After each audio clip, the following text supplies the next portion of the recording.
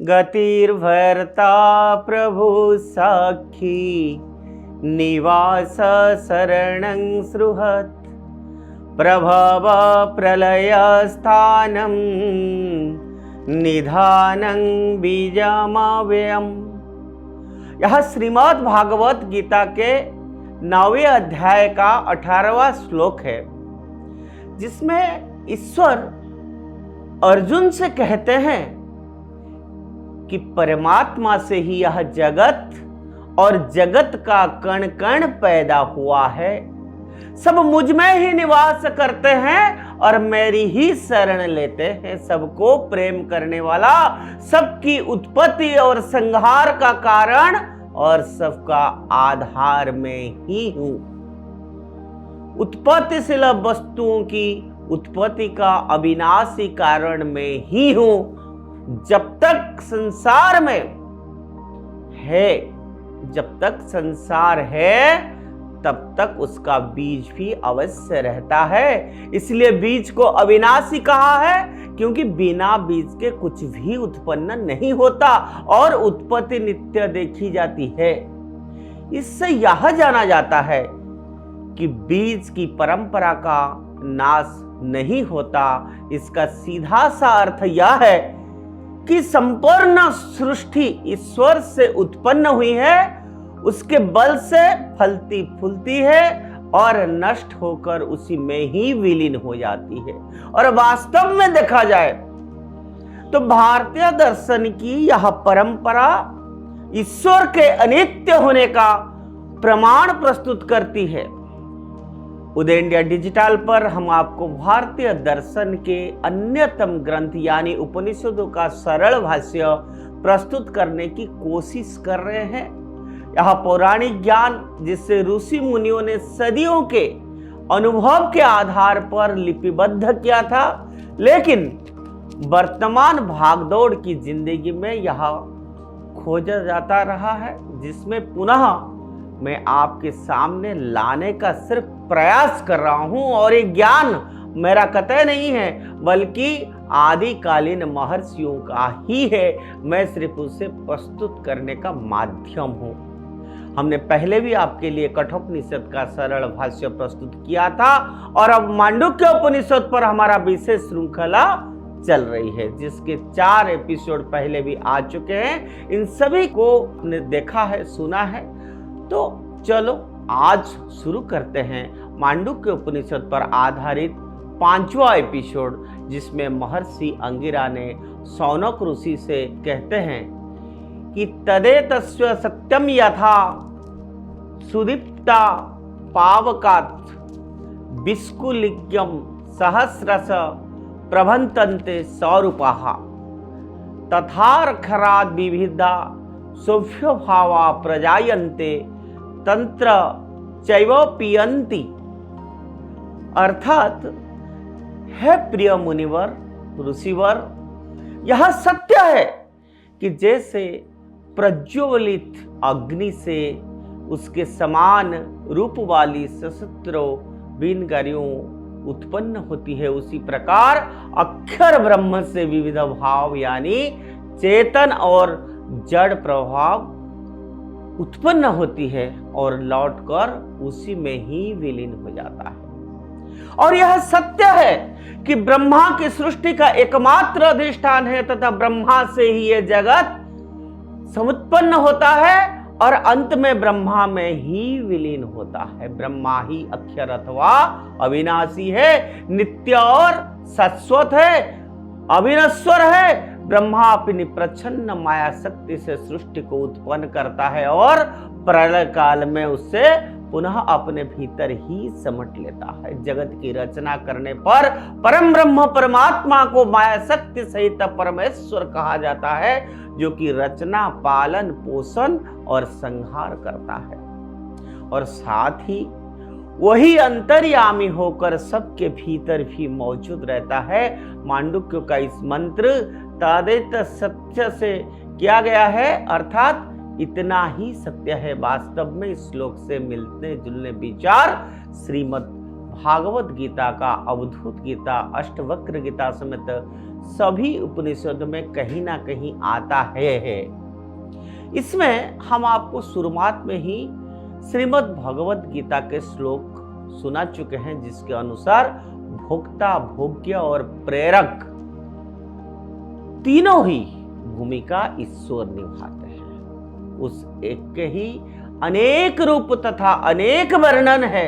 अविनाशी ब्रह्म से यह जड़ चेतन रूप जगत माया शक्ति द्वारा उत्पन्न होकर उसी में प्रलीन हो जाता है। जिस प्रकार अग्नि के स्वरूप चिंगारियां अग्नि से उत्पन्न होकर अंततः उसी में प्रलीन हो जाती है। चैतन्य ब्रह्मा अग्नि के सदृश है तथा समस्त प्राणियों के जीवात्मा उसकी चिन्मय स्फुलिंग है। और फिर से आगे चलते हैं। दिव्यो ह्रामृतः पुरुषः सभाभ्यंतरो हाजः अप्राणो हमनः शुभ्रो रक्षरात् परतः परः।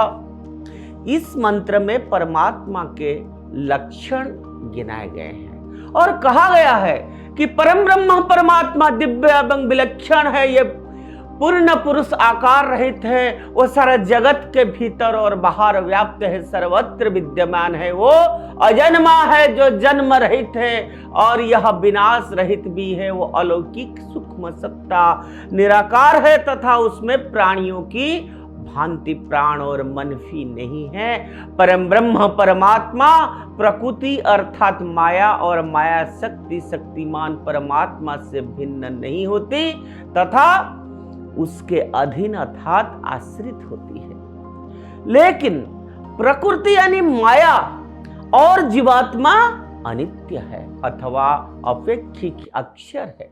नित्य अक्षर तो केवल विशुद्ध चैतन्य स्वरूप परम ब्रह्म परमात्मा ही है। सर्वत्र परमात्मा की सत्ता है। प्रकृति की स्वतंत्र सत्ता नहीं होती, जैसे कि घट में मिट्टी की सत्ता है, किंतु सत्वतः घट की स्वतंत्र सत्ता नहीं। घट अपने नाम और रूप के कारण पृथक सत्ता वाला प्रतीत होती है, किंतु नाम और रूप के हटने पर घट की सत्ता नहीं होती। प्रकृति भी नाम और रूप के कारण पृथक सत्ता प्रतीत होती है, किंतु उसकी अपनी सत्ता नहीं है। सत्तावान एक परम पुरुष ही है जिसके सर्वत्र व्याप्त सत्ता है। यह नित्य है, वह सबसे परे और श्रेष्ठ है। और यही कारण है कि प्रकृति को अनादि तो कहा जाता है, किंतु शाश्वत एवं नित्य नहीं है। मांडुक्य उपनिषद के इसी ज्ञान को कबीर कुछ इसी प्रकार कहते हैं कि जल में कुंभ, कुंभ में जल है, बाहर भीतर पानी, फूटा कुंभ जल जल ही समाना। इसी तत्कथ्य ज्ञानी अर्थात सर्वत्र चैतन्य तत्व प्राणी के बाहर और भीतर चैतन्य है। प्राणी का जीवन उसी से उत्पन्न होकर अंत में उसी में ही विलीन हो जाता है। अब आगे बढ़ते हैं। एतस्मा जायते प्राणो मनः सर्वेन्द्रियाणि च स्वं वायु ज्योतिराप पृथ्वी विश्वतः धारिणी।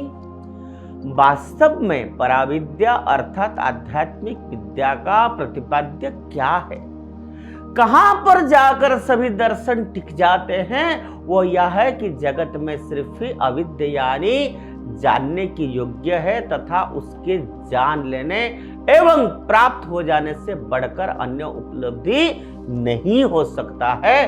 परम ब्रह्म परमात्मा ने अपनी माया शक्ति से प्राण मन अर्थात अंतकरण जिसमें मन बुद्धि चित्त और अहंकार बनाया, साथ ही पांच महाभूत यानी आकाश वायु तेज जल और पृथ्वी उत्पन्न किए। यहाँ पर प्राण का अर्थ हिरण्यगर्भ अथवा ब्रह्मा किया जाता है, क्योंकि सृष्टि के क्रम में सर्वप्रथम हिरण्यगर्भ यानी ब्रह्मा अथवा समस्त बुद्धि उत्पन्न हुआ तथा उसी से सृष्टि उत्पन्न हुई। वैसे प्राण का अन्य सरल अर्थ प्राण वायु तथा जीवन भी है।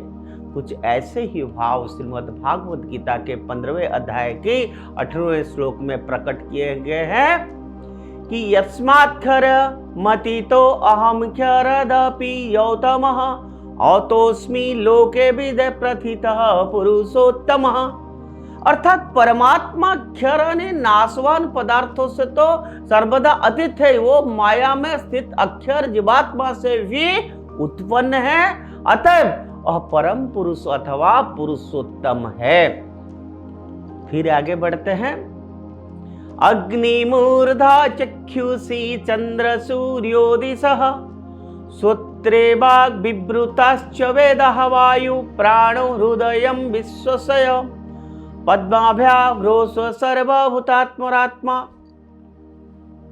जिसका अर्थ है कि सृष्टिकर्ता परमेश्वर के मस्तक पर अग्नि है, चंद्रमा और सूर्यो दो नेत्र है, दिशाएं दो कान है और विस्तृत वेद वाणी है, वायु प्राण है, विश्व हृदय है, इसके पैरों से पृथ्वी उत्पन्न हुई है, यही है सब प्राणियों का अंतरात्मा है। जिसे सरल रूप में समझा जाए तो यह विशाल जगत परमात्मा का विराट रूप है और वो उसमें सर्वत्र ओतप्रोत है तथा विद्यमान है। वह उसका आश्रय एवं अधिष्ठान है, वह परम सूक्ष्म ब्रह्म इस स्थूल जगत में सर्वत्र व्याप्त है। इसकी सत्ता एवं शक्ति से ही सब सत्य क्रियाशील होते हैं। वह एक ऐसा वृत्त है जिसका प्रत्येक बिंदु केंद्र है तथा पराधिक है नहीं है।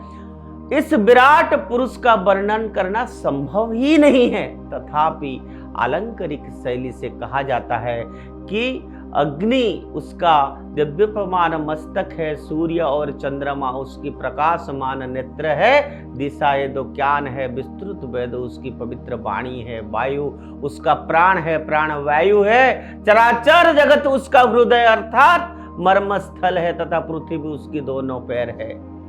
संपूर्ण दृश्यमान विश्व मानो उस परम पुरुष का सजीव शरीर है। विराट पुरुष की उपासना करना परम ब्रह्म की उपासना है।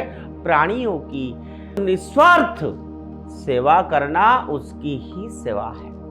मैं फिर से कहूंगा कि प्राणियों की निस्वार्थ सेवा करना उसी की ही सेवा है। सभी प्राणियों, वृक्षों और वनस्पतियों के साथ आध्यात्मिक संबंध मानकर उसको विवेक पूर्वक यथा सामर्थ्य हित करना पुनीत कर्तव्य है। संपूर्ण पर्यावरण अर्थात जल, वायु, पर्वत, आकाश आदि का प्रदूषण रहित एवं स्वच्छ रखना जीव रक्षा के लिए नित्यांत महत्वपूर्ण है।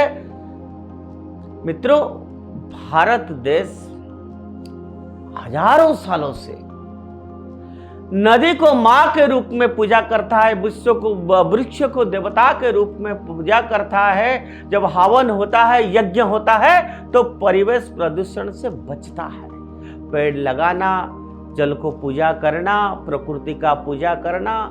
भारत में 12 महीना में 13 पर्व है, जिसमें आधा पर्व हमारा पर्यावरण के साथ जुड़े हुए हैं। आज क्लाइमेट चेंज के चलते आज डेवलप्ड कंट्री पर्यावरण बचाओ या क्लाइमेट चेंज की बात कर रहे हैं, लेकिन 1000 साल पहले हमारा मुनि ऋषियों ने, हमारा वेदों में, हमारा शास्त्रों में और हमारा ये परंपरा है कि हम हमेशा से पर्यावरण की रक्षा करते आए हैं। हम हर पूजा में आप देखिएगा तुलसी, बेल, दूब, अर्क, हर तरह से पुष्प, हर तरह से फूल, हर तरह से पेड़, हर तरह से चीजें लगता है। हर तरह की जैसे इकोसिस्टम है, इको बैलेंस, इकोलॉजिकल बैलेंस है। आप देखेंगे हर देवताओं के पास, कहाँ गणेश जी के पास जैसे चूहा है, दुर्गा माँ के पास जैसे सिंह है।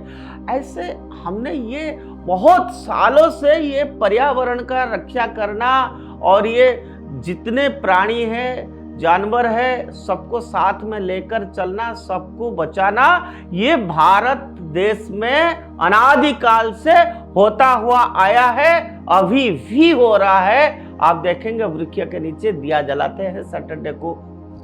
तो ये आज की बात नहीं है, ये हमारा शास्त्र का, संस्कृति का पाठ है और ये सनातन धर्म का एक बहुत बड़ा रोचक विषय है। हमारा सनातन धर्म का हमारा प्रकृति के साथ कितना संबंध है, गूढ़ संबंध है, ये हमारे शास्त्र में लिखा गया है। संपूर्ण जगत के साथ आत्मीयता का नाता मानना विराट पुरुष के प्रति भक्ति भाव है। अब बताइए, मैंने कहा कि हम केवल सबकी कल्याण नहीं चाहते हैं, केवल मनुष्य का कल्याण नहीं चाहते, हर जीव जंतु पर्यावरण उसका ही रक्षा करना विराट पुरुष के प्रति भक्ति भाव है। यह उपनिषद में लिखा हुआ है। यह परम ब्रह्म परमात्मा का अपर ब्रह्मा अथवा मायापदी का रूप है, जो संपूर्ण प्राणियों का अंतरात्मा भी है। विराट जगत परमात्मा का प्रत्यक्ष रूप है। हम आपको बताते हैं कि मांडुक्य उपनिषद में ब्रह्मा का जो विराट रूप का दर्शा गया है और ऋग वेद में पुरुष सूक्त की भांति वर्णित है। मांडुक्य उपनिषद के आगे के श्लोकों का भाष्य मैं आपको फिर से अगला एपिसोड में प्रस्तुत करूंगा। आज के लिए इतना। ओम तत्सत, ओम तत्सत, ओम नमो नारायणाय।